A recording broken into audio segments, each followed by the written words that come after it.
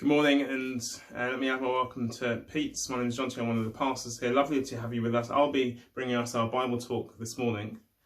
At the heart of our little bit of Matthew that we're looking at this morning is a question found on the lips of Jesus, which is arguably the most profound and searching and important question we could ask this morning. It's a question which I have to say is a controversial question. It's split families and communities and nations. Far too many wars have been fought over people's answer to this question. But it's a question that we must look at because it's a crucial question, as we'll see in the passage. It's a question which Jesus says is a very good indicator of whether you truly know God, whether you're truly part of his people, and whether you can have any certainty about life beyond death. I guess describing it like that, many people will say, well, maybe the question is something to do with our church attendance or our knowledge of this book, or our belief in God, or belief in the existence of Jesus, or our adherence to his teaching. Maybe even whether we believe in Jesus, whether we trust him, whether we know him. All those are good and helpful questions to ask, but it's not the question that Jesus has. The question that Jesus confronts us with this morning is this: who do you say I am? Who do you say I am? What is your considered and settled, personal and yet public declaration of who I am? In our first reading, we're going to see Peter's astonishing answer to that question and Jesus' extraordinary response to his answer. And in our second reading, we're going to get a bit of context which will help us understand both. Over to Amy. There are two readings this morning. The first is taken from Matthew chapter 16, verses 13 to 20. I'll give you a few moments to find that passage in your Bibles.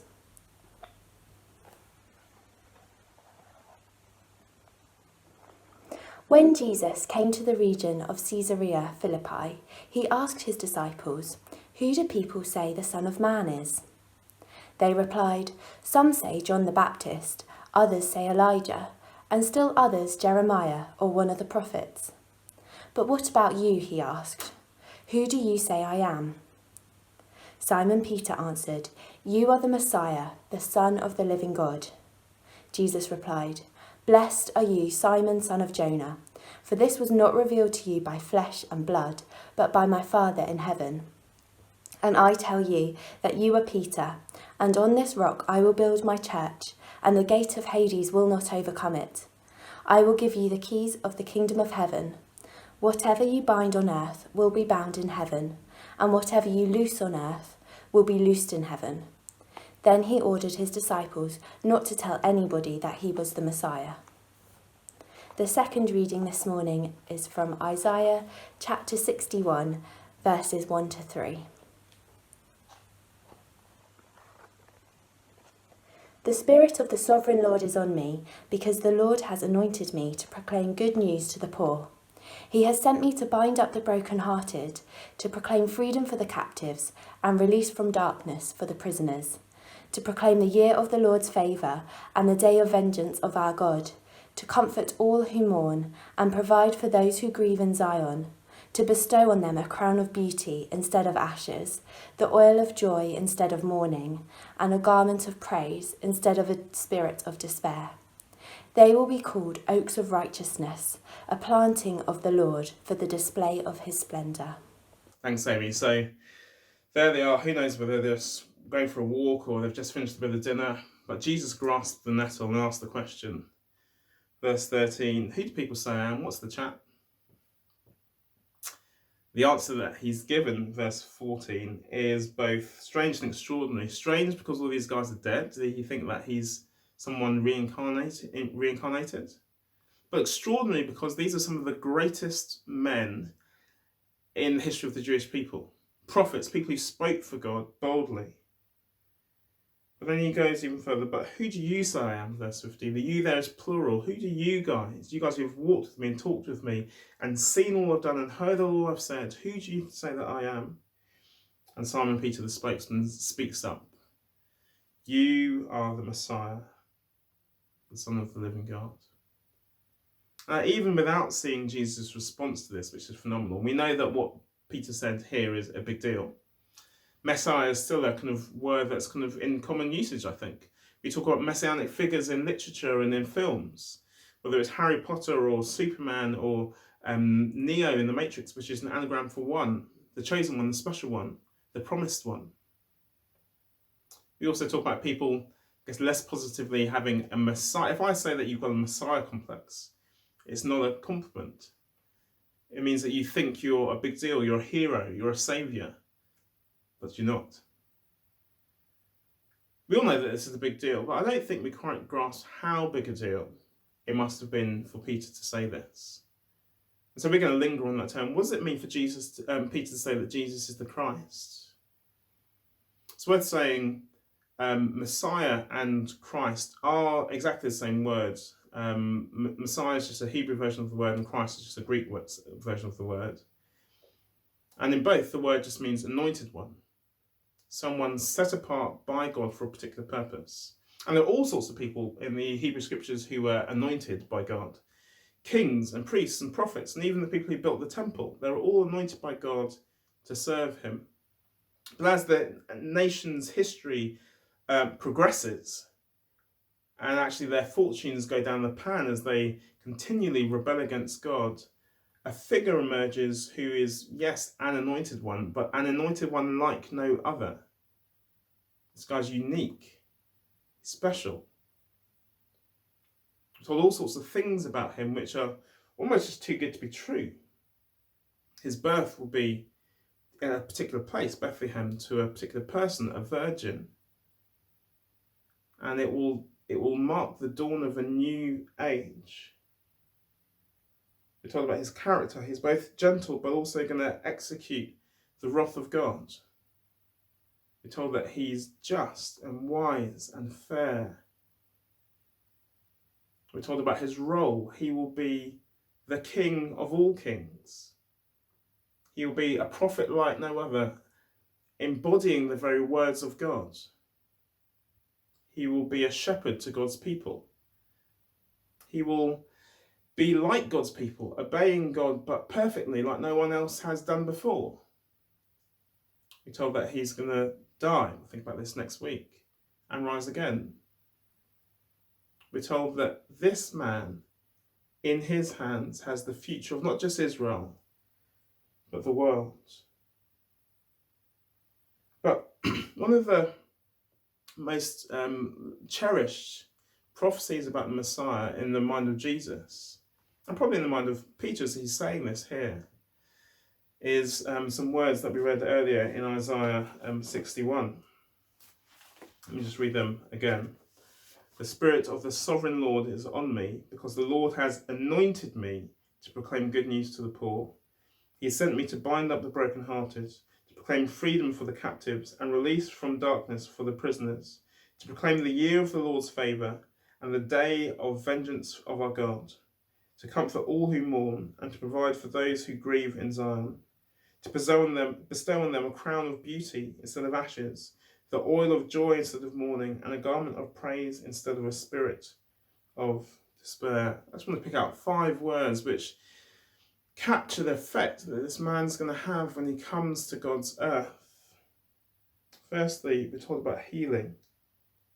He will bind up the brokenhearted. I wonder if that's you this morning. For whatever reason, I wonder if you're broken. Mentally, emotionally, spiritually. He will bring healing and restoration and progress. We're told that he's going to bring liberation. He's going to proclaim freedom for the captives and release from darkness for the prisoners. In many ways, I think lots of us feel trapped in a life that we didn't want, trapped in cycles of behaviour that we hate, trapped in patterns of thought, trapped in our rebellion against all that we know is good and God himself. He's going to bring beauty where there is ugliness. Ugliness in the world, ugliness in our hearts. Ugliness which causes us to mourn. He's going to bring joy, deep, unshakable joy. I wonder if you're happy this morning. I wonder if you have reason not to be. Jesus will bring joy. And finally, he'll bring the praise of God. I guess the biggest issue that these people had, and that we have as well, is that we do not know God in his goodness. We do not honour him as we should. We don't praise him as we should. And so we despair at what God must think of us. But Christ will replace despair with delight in God, as we know his goodness and his mercy and his forgiveness, and we praise his name for all eternity. Peter says Jesus is the Christ, and when he says that Jesus is the Christ, he is saying that Jesus is the hope of not just Israel but the world.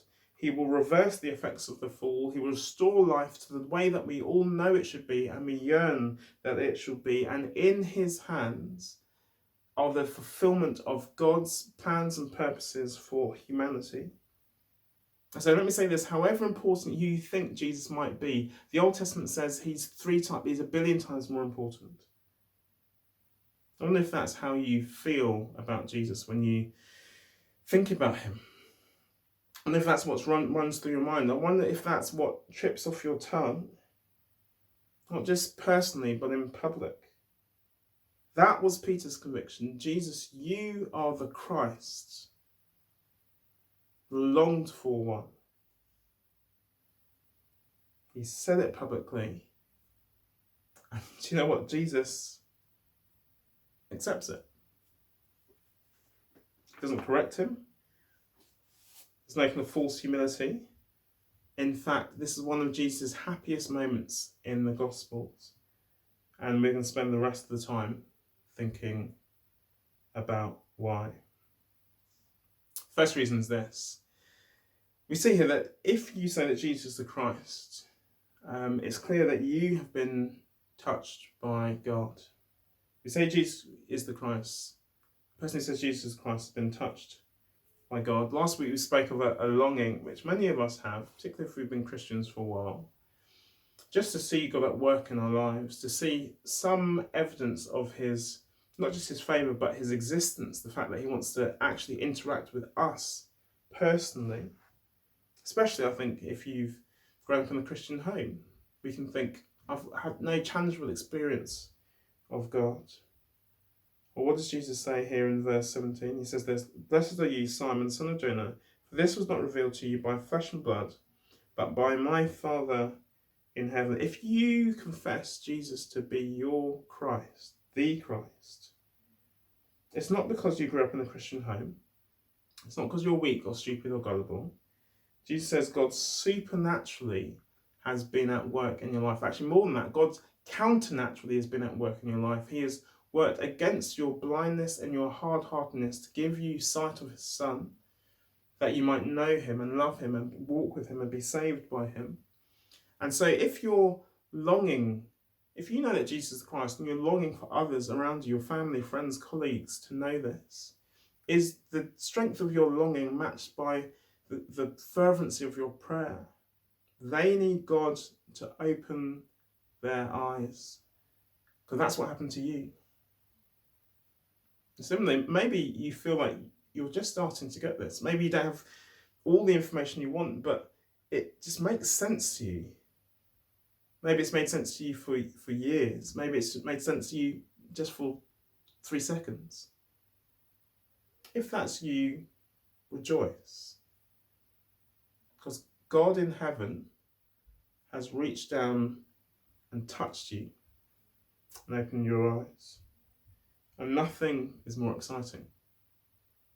Second point, if you say that Jesus is the Christ, then you're useful to God. You're useful to Christ even. You're useful to Christ. Verse 18, "And I tell you that you are Peter, and on this rock I will build my church, and the gates of Hades will not overcome it." I guess many of us are parts of fantastic institutions. whether it's schools, businesses, or local council government, or healthcare trusts, or the NHS. Fantastic institutions which are just focused on the flourishing of humanity. But can I say, if you're a Christian, if you know Jesus is the Christ and declare that, you are part of the most phenomenal institution in the history of the human race. Israel in the early days were called the Assembly of the Lord because they gathered, one of the first things they did was to gather at Mount Sinai to hear the word of the Lord.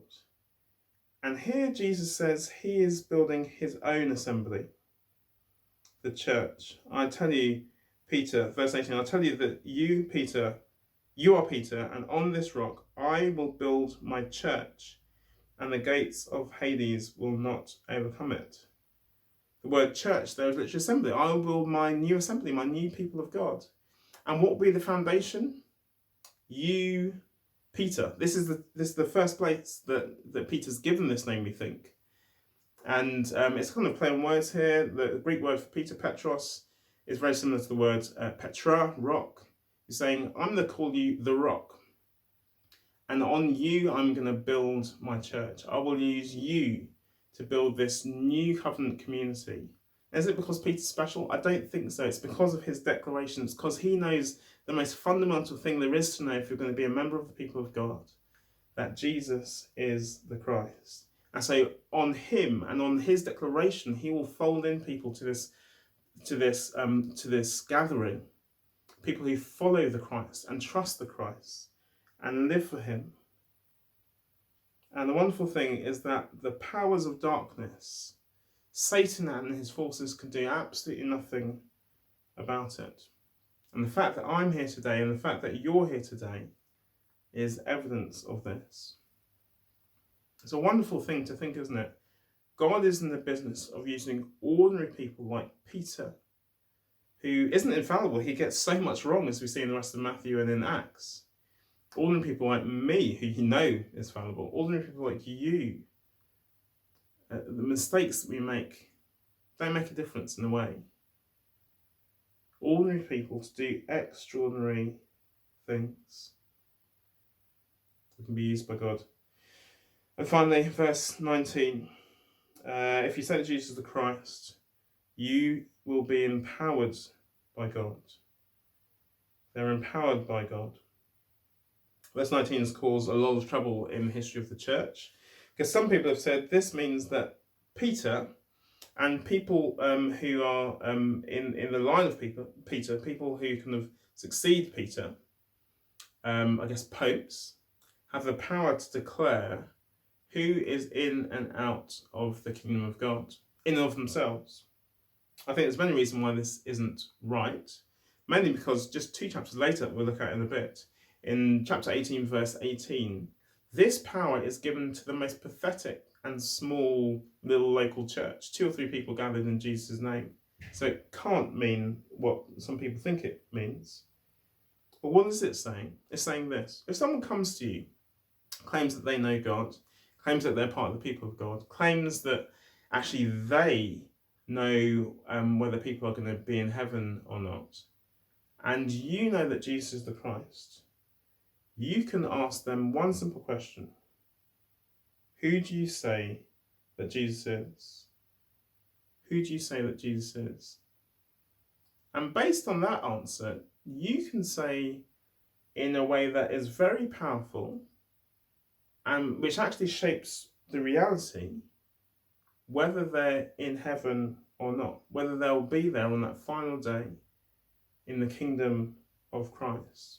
Why? Is it because there's anything special about us? No. Is it because there's anything special about Peter? Is it because there's anything special about local churches? No.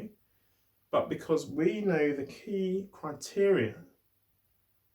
Do they know that Jesus is the Christ? Do they say that Jesus is the Christ? Who do they say Jesus is? We're empowered by God to be able to give people clarity about their eternal destinies. Obviously that can be abused, but we really do have that power. I'll think about that more in a few weeks' time. But as we end, I'm going to say verse 20 suggests that there's more to be said. Actually, Jesus says, don't say anything about this yet, because I want to teach you something crucial about the nature of this Messiah, and we'll come to that next week. Looking forward to that, Pete. But even though there's more to be said, there's not less to be said. Jesus really is the Christ. And so as we end, I've got one question for you, which might be insulting in its simplicity for some of us, but might be the first time we've actually thought about this question. Can we let Jesus ask us this question this morning? What about you? What about you? Who do you say I am?